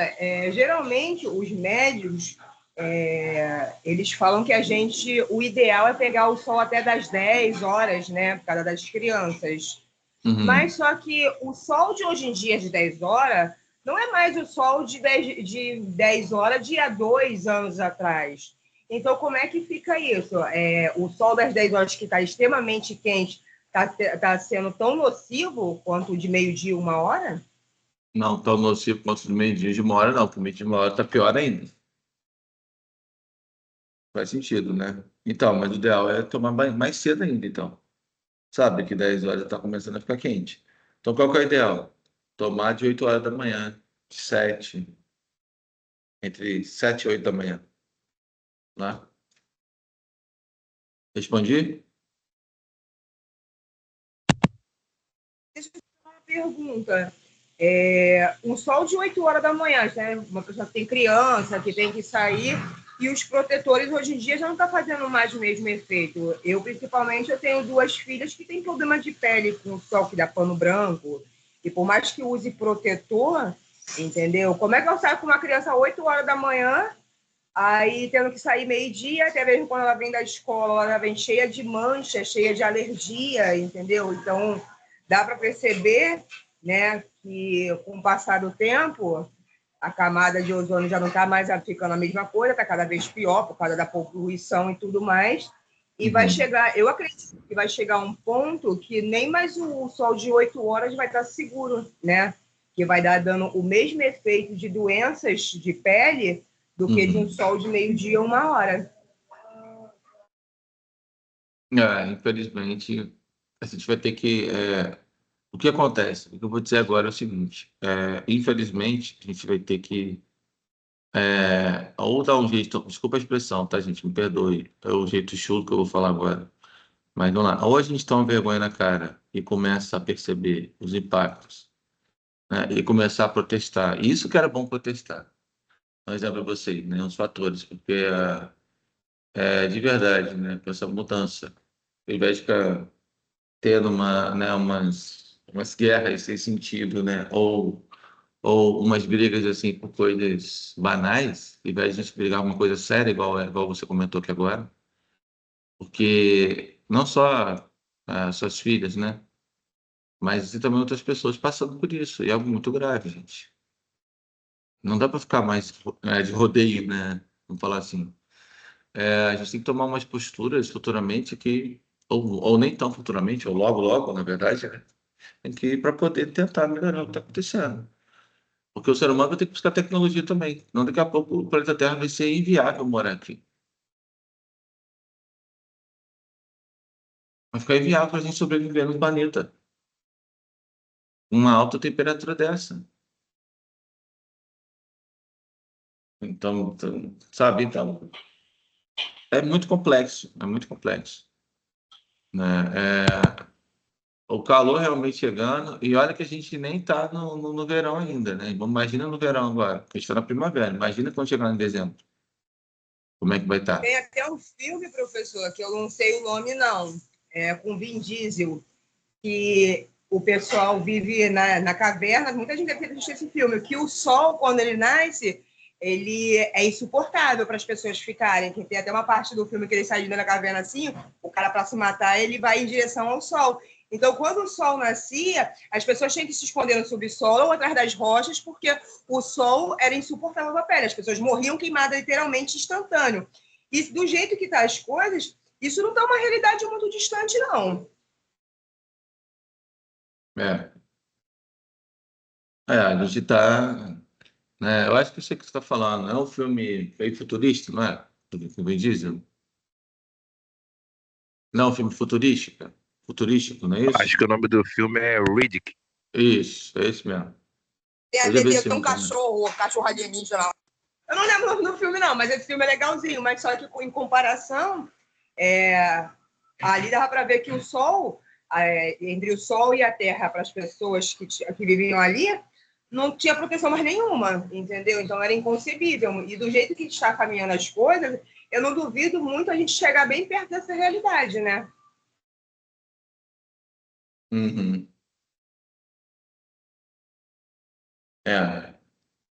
Bem complicado. Bem complicado, gente. Né? O que a gente tem que fazer agora? Que eu falei com vocês, a gente tentar procurar isso. Em relação a essas meninas, você estava comentando aí, o que o médico falou para poder elas não sofrerem tanto? Protetor solar, né? Fator maior. Não sei se você faz isso, fator 100. Eu, por exemplo, também sou uma pessoa que eu tenho fator 99 no caso, né? Eu sou uma pessoa também que tem mudança de pele também, que tem pigmentação nela em algumas regiões do meu corpo, então eu também não posso ficar exposto tanto tempo no sol também não. Bom, o que ele recomendou é o seguinte, protetor solar, né? Quando o sol estiver começando a esquentar mais, andar com sombrinha, e se caso de dar alguma alergia na pele, alguma irritação por causa do sol, aplicar pasta d'água. Só isso. Uhum. Você tem que tirar uma coisa da Bárbara. Uma coisa que eu ia te falar, mas nem relacionada a isso. Entendi. Uma coisa que você tem que ensinar. Desculpa. Por enquanto, mas daqui a pouco, sob a arte, vai ter que usar roupas tecnológicas para poder andar na rua. Tem que continuar. Com proteção contra UV, a distância roupa térmica, com alta temperatura, enfim, gente. O negócio pode ficar feio, né? Infelizmente. Então, vamos lá, vamos continuar, pessoal. O efeito estufa. As mudanças climáticas são provocadas a grande preocupação ambiental da última década do século passado e da presente década. Segundo a Convenção do Quadro das Nações Unidas sobre a Mudança Climática, adotada em 1992, as mudanças climáticas são entendidas como uma mudança de clima que possa ser direta ou indiretamente atribuída à atividade humana, que altere a composição da atmosfera mundial, em que se some aquela provocada pela variedade climática natural observada ao longo dos períodos comparáveis.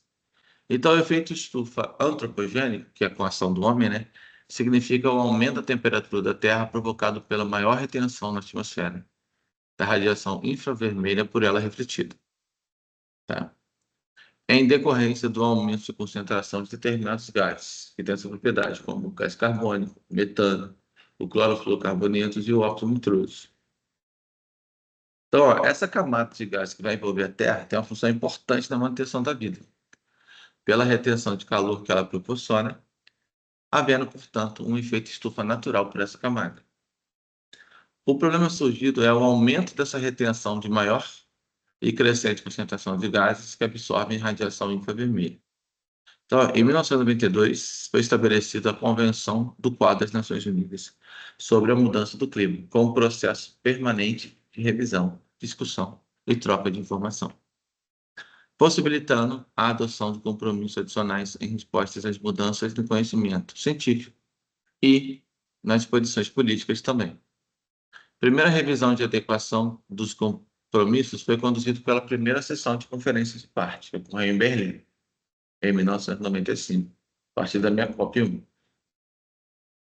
Certo? As partes decidiram que o compromisso dos países envolvidos de voltar suas emissões para os níveis de 1990 até 2000 era inadequado para atingir o objetivo a longo prazo da Convenção, o que consiste em impedir uma interferência antrópica perigosa no sistema climático. Ou seja, gente, o que a gente tem que ter aqui? Por que fala principalmente dos países envolvidos? Porque são os maiores poluentes. Porque a partir das indústrias. Certo? Então, tentar usar até hoje tem que ter essa melhoria. Essa melhoria dessa emissão de gases. Ok?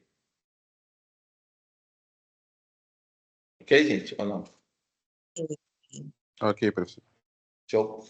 Então, desde 1992, foi realizado o protocolo de Kyoto, no Japão, uma conferência que culminou na decisão por consenso de adotar-se um protocolo segundo o qual os países industrializados reduziriam suas emissões combinadas de gases de efeito estufa em pelo menos 5% em relação a 1990, até o período aí de 2008 a 2002. Então, ele foi aberto para assinatura no dia 16 de março de 1992 e entrou em vigor em 2005. Então, as regras detalhadas para sua implementação foram acordadas de acordo com a COP7, realizada em Marrakech, no Marrocos, cujo prazo foi de 2008 a 2002. Em dezembro de 2002, na COP18, realizada em Doha, no Catar, um novo conjunto de compromissos foi acordado para o período de 2002 a 2003. Então, no primeiro período, 37 países industrializados e a União Europeia se comprometeram a reduzir 5% da média em relação aos níveis de emissão de 1990. Nesse segundo compromisso, a metade de redução de 18% em relação a 1990. Deve-se destacar, no entanto, que a composição dos países em relação às metas é diferente para os dois períodos de compromisso, ou seja, no primeiro período, parte dos países mais ricos foram os que assumiram grande parte das reduções, especialmente por ter significado contribuição nas emissões ao longo da história. Isso é um problema até hoje, essa questão do efeito estufa, tá? Então, ó, o gás carbônico ele é considerado o principal responsável pelo efeito estufa, participando cerca de 55% do efeito estufa. É muita coisa. 55% é muita coisa, gente. Para analisar, né? É uma porcentagem bem alta. De 100%, assim, só ele, um único, né? Então, só a concentração no início do século XX era de 290 ppm e agora, no início do século XXI, está em torno de 391 ppm. É muito alto, né? Só está aumentando, né? Então, a sua principal fonte de emissão é a queima de combustível fóssil e as queimadas. É o que está acontecendo hoje, desgovernadamente. Infelizmente. Né? A atmosfera terrestre permite a entrada de energia solar incidentes, que chamamos de ondas curtas, mas aumenta a concentração de gases de efeito estufa, reduz a saída de parte dessa radiação que vai ser emitida na Terra, as ondas longas, promovendo uma descompensação do balanço térmico, com resultado no aquecimento da atmosfera. Alguns dos principais efeitos adversos sinalizados e já percebidos nos dias atuais são: vai causar um aumento do nível do mar, alteração dos suprimentos de água doce, maior número de ciclones, maior frequência de tempestades de chuva e de neves fortes e forte e rápido ressecamento do solo. Ok?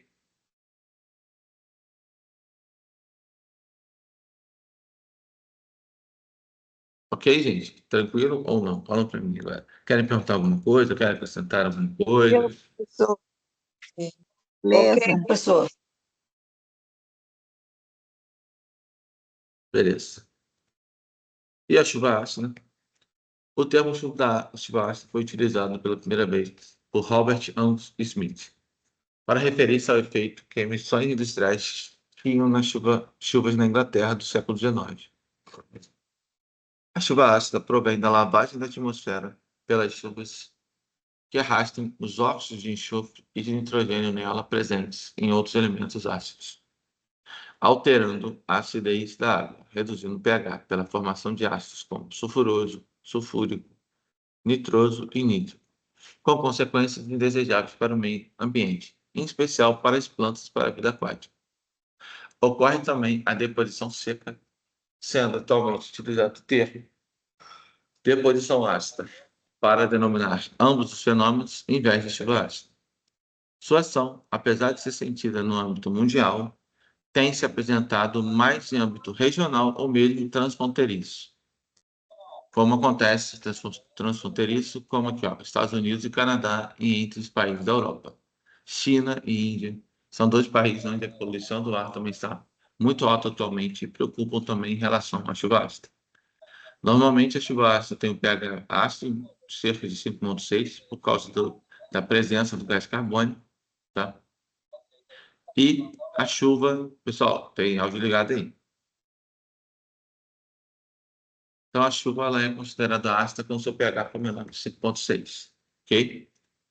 Na região oeste dos Estados Unidos, 60% a 70% da chuva ácida era atribuída aos ácidos sulfúrico e sulfuroso. E o restante, somente os ácidos nítrico, nitroso e outros agentes. Tal situação tende a se reverter por meio da utilização de combustíveis mais limpos e pelo uso de sistemas de controle de poluição do ar. Então, no Brasil, já se sente uma preocupação em relação a esse problema. No entanto, os valores até que conhecidos não indicam a existência de chuva ácida severa. Um fato que contribui para que a chuva ácida não seja intensa no Brasil. Em grande parte, a origem hidráulica da nossa energia é elétrica, sendo pequena utilização de termoelétricas movidas a combustíveis fósseis, em especial combustíveis fósseis como carvão e óleo, como acontece nos países mais desenvolvidos. Ok? Ficou claro agora, gente? Ou não?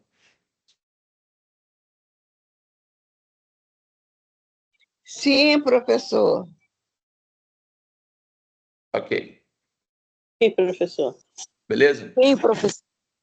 E tem aqui agora, pessoal, os principais poluentes atmosféricos, né? Poluente atmosférico é toda e qualquer forma de material sólido, líquido ou gasoso e de energia que, presente na atmosfera, pode torná-la poluída. Ondas sonoras e eletromagnéticas são poluentes atmosféricos na forma de energia. Os poluentes atmosféricos em forma de matéria podem ser classificados inicialmente em função do seu estado físico em dois grupos: material particulado e gás, ok?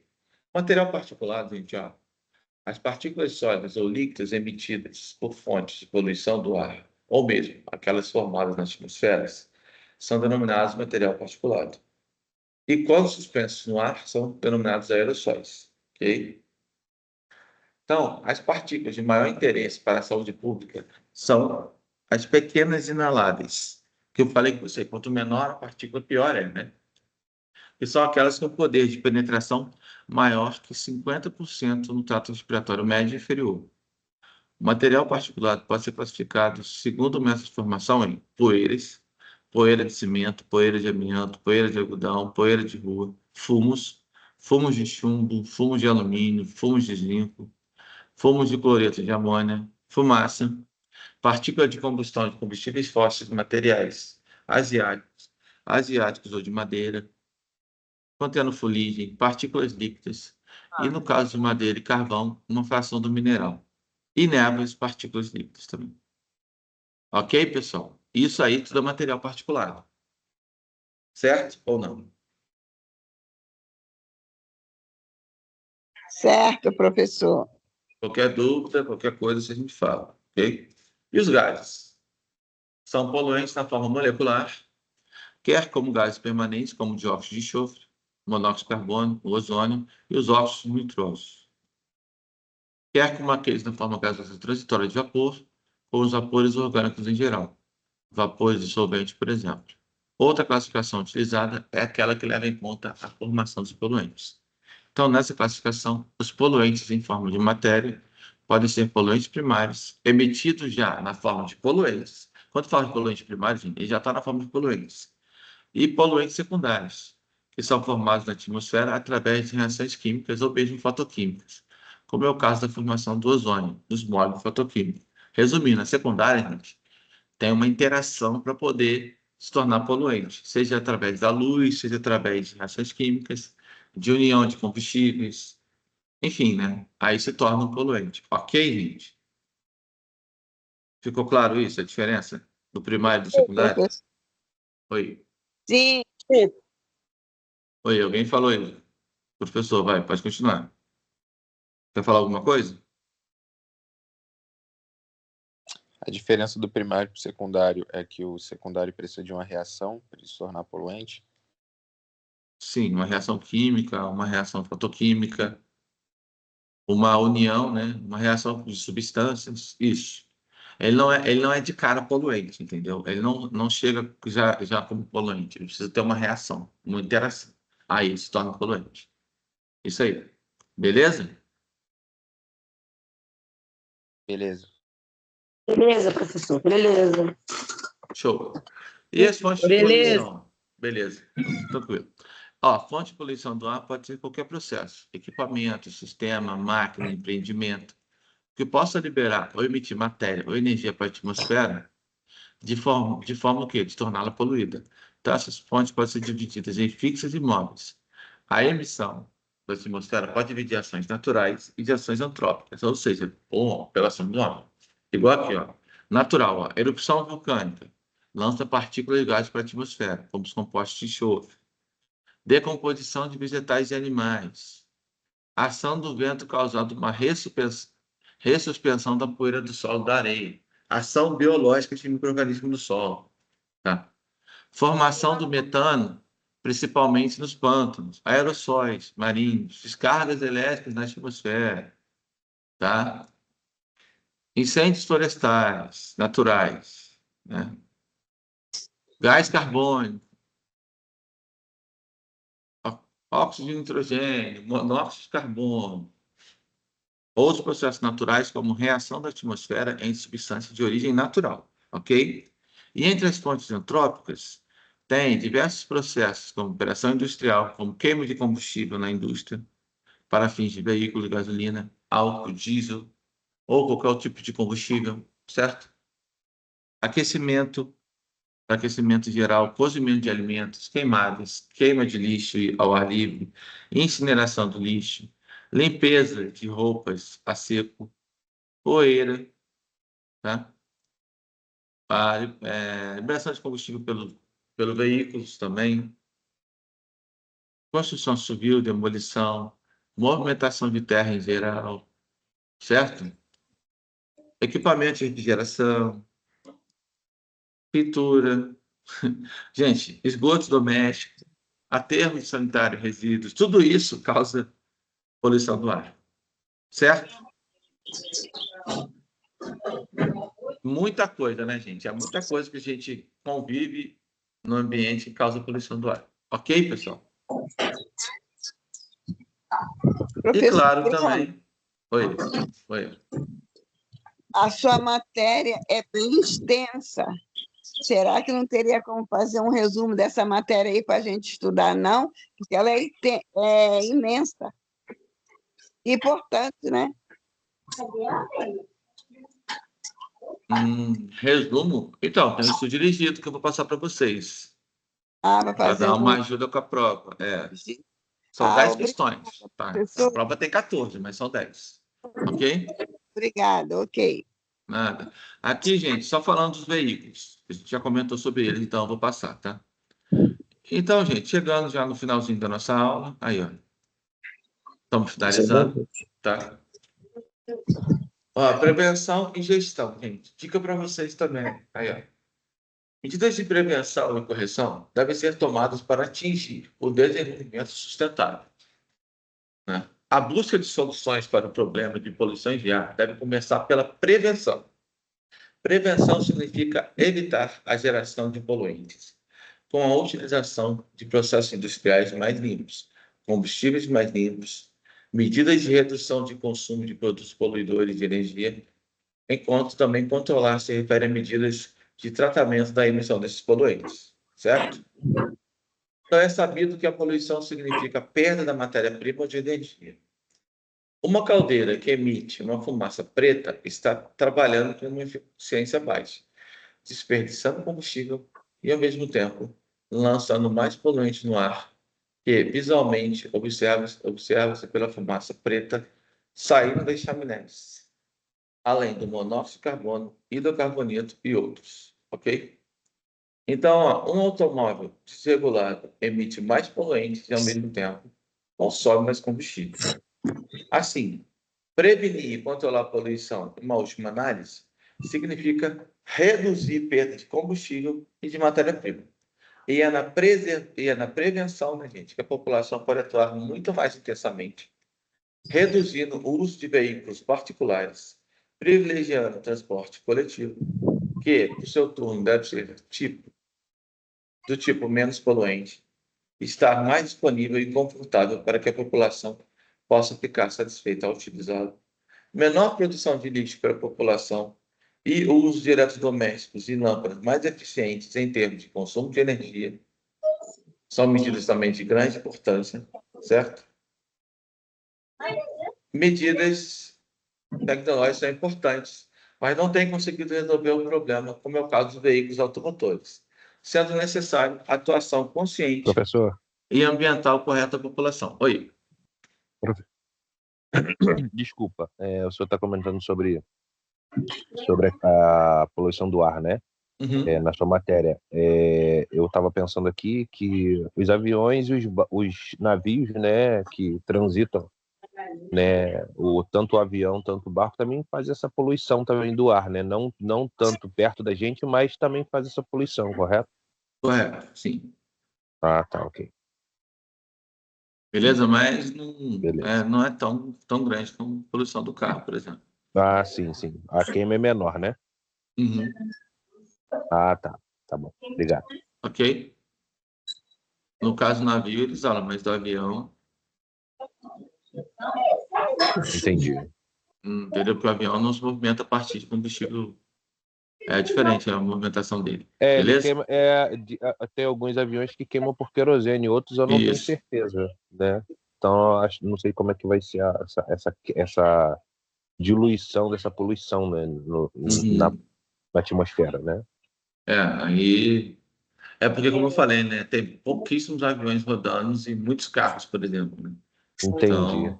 O impacto maior, né? Com Porque eu acho certeza. que a quantidade de combustível do avião, mesmo sendo poucos aviões, eu acho que ainda é maior, não? Porque é muito combustível para queimar uma viagem, tipo, vamos exemplo daqui para o Japão. Tem que faz várias conexões em vários aeroportos, mas é muito combustível queimando daqui para lá. Mas o problema é que eu falei com você, não se compara. Você ter, sei lá, vamos dar exemplo aí. Você ter, sei lá, uns 100 aviões voando aí. Sei lá, sei, eu tô chutando, tá? Sei lá, 200 para ter Sim, não sei quantos milhões de carros, entendeu? Entendi. Tipo assim, se for comparar, é algo... Até porque os gases não são iguais, né? A queima... Ah, tá. Entendi. Ok? Professor, Ok. professor, Oi, pode falar. e a diferença do gás GNV, combustível líquido? Tem uma poluição aí bem mais leve, né? O GNV ele causa menos impacto do que o combustível fóssil. Né? Professor, deixa eu perguntar um negócio que eu estou desde cedo para perguntar. Professor, essas queimadas que está vendo no Brasil, na parte aí do mundo todo, quase, é provocada pelo homem ou não? É criminosa ou não? Vamos lá. Para a gente afirmar uma coisa dessa, tem que ser uma coisa estudada. Geralmente quem faz isso são os bombeiros, para saber se aquilo foi emitido pelo calor, por alguma coisa que entrou em ação por causa do calor, ou se teve uma queima criminosa. Eu não posso falar para vocês uma coisa que nem eu tenho essa certeza. Entendeu? Mas pode ser gerado pela ação do homem? Sim, também, tá? Mas também, atualmente, pelo calor que o planeta está sofrendo, a questão da camada de ozônio, aquela coisa toda, também pode ser gerado através do tempo seco e do calor intenso. Ok? É porque meu filho teve aqui, aí estava me mostrando na internet que tinha umas pessoas vestidas de amarelo como fosse bombeiro, né? E eles mesmo falavam um com o outro assim, a gente apaga e a gente coloca, a gente apaga e coloca, e atrás dele parecia como se fosse uma chama, assim, eles botando fogo criminosamente na mata. Aí eu não sei se daí é fake news, eu sei lá o que foi, mas meu filho estava me mostrando essa semana. É assim, se isso for verdade, gente, vai dar BO isso daí, né? Porque você fazer ser criminoso, você tem que pagar uma multa exorbitante, na verdade, né? Até porque, como a gente falou, né? Se isso for verdade mesmo, é porque a gente não sabe, né? Infelizmente, tem muita fake news também. Então, é algo a ser estudado, entendeu? Tem que estudar detalhado. E quando eu falo estudado, gente, eu não digo só no meu caso aqui. Eu sou profissional da área ambiental, mas eu não sou atuante diretamente em queimadas. Geralmente, quem faz isso são os bombeiros. Né? Tem um conhecido meu que fez mestrado comigo, que ele era bombeiro. E ele atua com isso. Aí tem programa para isso, para poder fazer essa averiguação. Realmente, Eu vou sua aula, tchau. se foi uma queimada alguma coisa? do tempo, da temperatura, do clima, vamos dizer assim, ou alguém foi criminoso, certo? Beleza? Isso aí, mas tem que ser estudado, tem que ser muito bem estudado para saber. Eu achei Professor, muito triste. dá licença rapidinho. Pode falar. Eu vou sair da aula, porque eu cheguei aqui no hospital, vou dar entrada aqui com a minha mãe, mas depois eu assisto o restinho da aula, tá bom? Tá bom, mas a aula tá quase acabando já, tá? Ok? Sendo bem sincero. Tá bom, porque que aí, como fica gravado, eu vou ter que sair agora. Não, tá tranquilo, tá tranquilo. Depois você só bota o seu nome no chat do Ava lá, tá? Porque... Tá bom, pra então, não esquecer. obrigada. Ok? Nada, valeu. Tchau. Tchau. Beleza? Então, gente, vamos continuar aqui. Prevenção e gestão, né? O início foi a busca do abrigo para as intempéries de alimentação, depois o combate a doenças e pragas, até o conhecimento de outras regiões do planeta e do universo. Para a prevenção e controle da poluição do ar, usam-se medidas que envolvem desde o planejamento do assentamento de núcleos urbanos e industriais e do sistema viário até a ação direta sobre a fonte dessa emissão. A prevenção está ligada a TRID, reduzir, reutilizar e reciclar, os chamados 3 R's. Tá? Pode-se considerar que o processo da poluição do ar ocorre em 4 fases: geração, emissão, transporte, difusão, transformação e remoção e recepção. Ok, gente? Beleza? Eu não vou entrar nesses detalhes aqui de baixo, porque é uma coisa que vocês já sabem, a gente já falou. Tá? E para a gente fechar, na prática, a diminuição da quantidade de poluentes gerados é mais fácil de ser conseguida de sua eliminação. Isso pode ser obtido com a adoção das seguintes medidas. Operação de equipamentos dentro da sua capacidade nominal. Operação e manutenção adequada de equipamentos produtivos, como caldeiras, fornos, veículos, etc. O armazenamento adequado de materiais pulverulentos e ou fragmentados, evitando a ação de vento sobre eles. Armazenamento adequado, tá? Utilização adequada de equipamento de limpeza, utilização de processos, de matéria-prima, de reagentes, de combustível. Certo, gente? E, é claro, também a implementação da educação ambiental da população e dos empresários, também para fazer uma ação de controle. Certo? Beleza, gente? E, é claro, como eu tinha comentado com vocês, a questão dos poluentes também. Ó. Eu posso usar lá na indústria, ó, captores, ductos, ventiladores, chaminés, tudo isso para filtrar o ar também. Beleza? Então, gente, é isso que eu tinha para falar com vocês hoje. Tá? Ok? Sim. Tchau, professor, então. Beleza, pessoal? Só um minutinho. Vou baixar aqui agora a lista de chamada. Calma aí. Pronto. Vou parar, então, de gravar aqui. Eu vou tirar então a lista. Ok, pessoal.